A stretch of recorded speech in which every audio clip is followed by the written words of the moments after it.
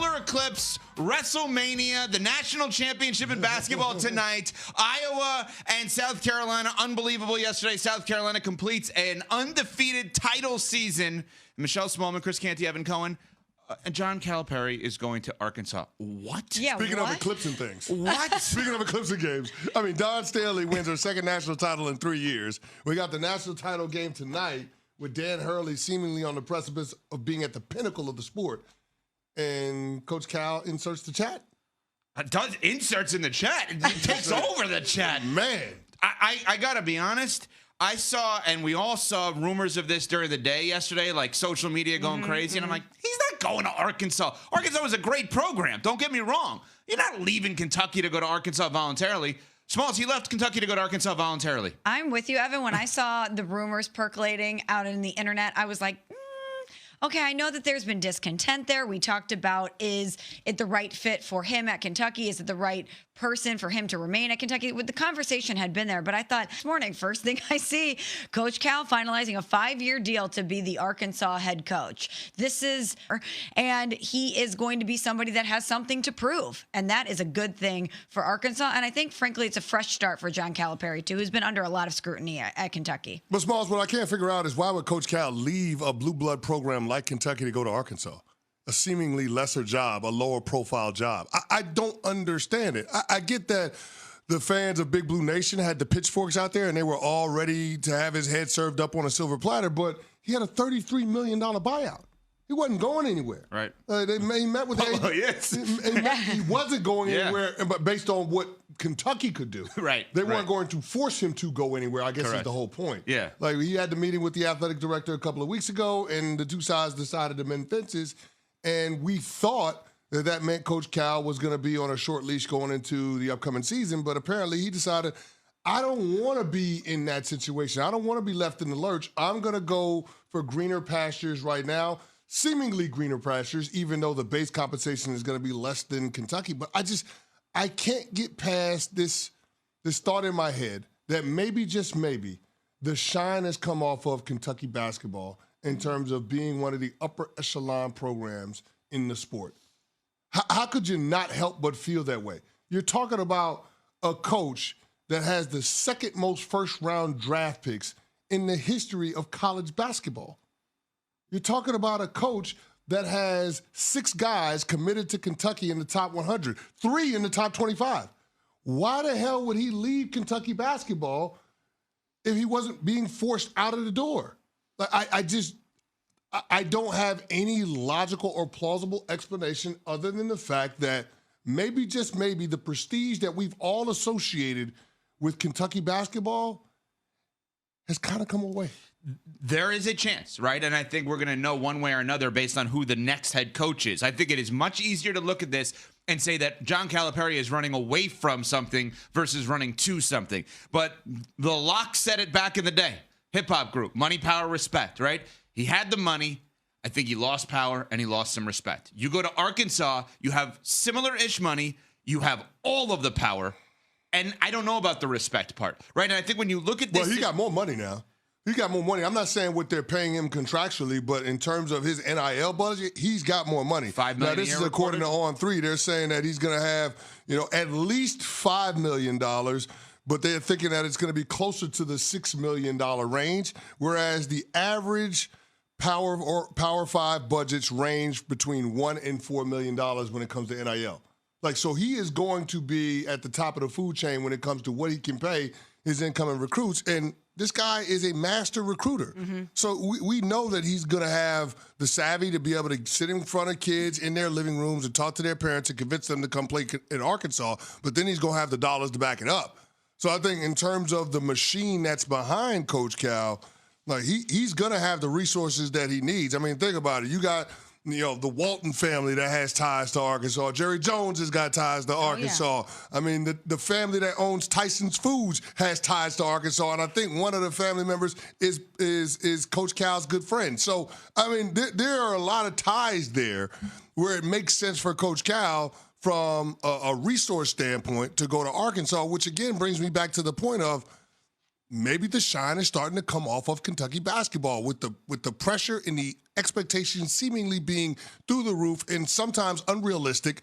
Maybe he just got tired of being on that roller coaster and decided he wanted to opt for something that's seemingly much more stable. It feels like that's the choice that he's making because on its face, I think everybody would perceive the Arkansas job to be a lesser job than Kentucky.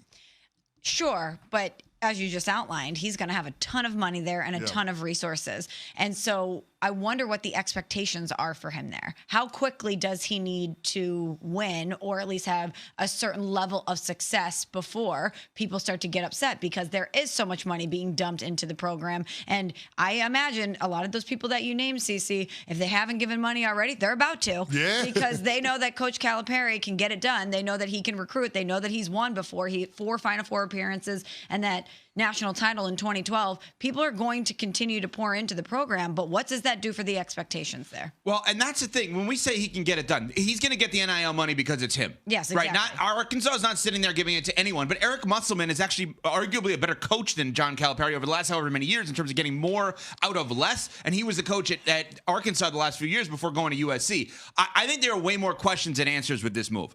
The number one thing that I keep coming back to is why would he do this? Why would he run away? John Calipari does not seem fearful of anything. Maybe he wants to be in control again of the program. But to me, the way I look at it is he's choosing to leave one SEC program in a town that is not New York, LA, Chicago. It's not a big town, right? It's big with that school. To go to another SEC program that's not some huge market. So basically you're doing the same job just in a different city with maybe a tiny bit less pressure upon arrival. But of the jobs that were open, I would have thought if Calipari was going to leave, he would have gone to USC. And he would have just said, you know what, I'm going to live in LA and I'm going to go bring all of these big star power player guys to LA and live in this lifestyle.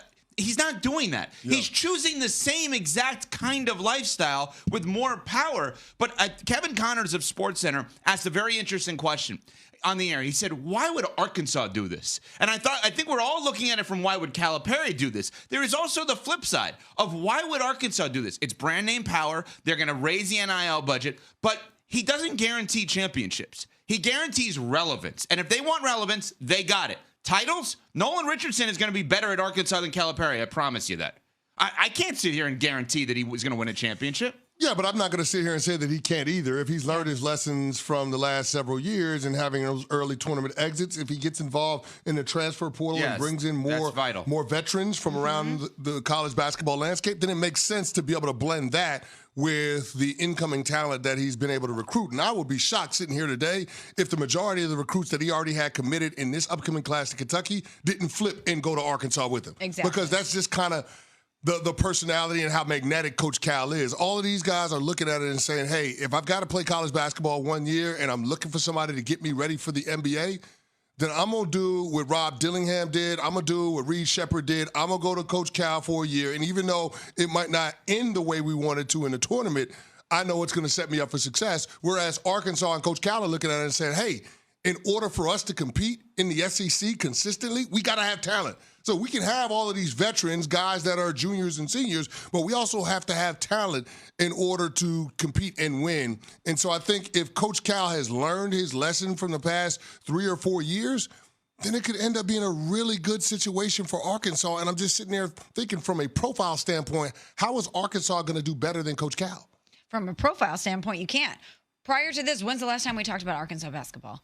A couple of years ago. And we're going to be talking about it now constantly because that's the type of figure that Coach Cal is. Just like the Chargers. We talk about how the Chargers are basically irrelevant. They hire Jim Harbaugh. We're going to talk about the Chargers all the time. Certain coaches just bring that spotlight, and Coach Calipari brings it. I understand it from both ends. I understand it from Arkansas wanting to raise the profile of their program, bring in somebody who can recruit better than maybe anybody in the country or right there with anybody in the country. And he's won before. It's not a guarantee that he's going to be able to get it done, but he has that in his resume. And for Coach Cal, I know a lot of people might think that it's a lateral move or potentially a step down, but this is also somebody who's really good at what he does and has been questioned a lot. And this is probably an ego play for some, like at some point where he's like, you don't want me? You don't think I'm good enough? Fine. Let me go somewhere else that wants me, that's going to pay me comparable money, maybe more with incentives, and let's see how good I can make their program. Yeah, I guess my next question is, what the hell is Kentucky going to do? Like, I get the names that they're going to want to go after. Like, they want to go after Nate Oates from Alabama. They're going to want to go after Billy Donovan. I mean, they're probably going to make a run at Dan.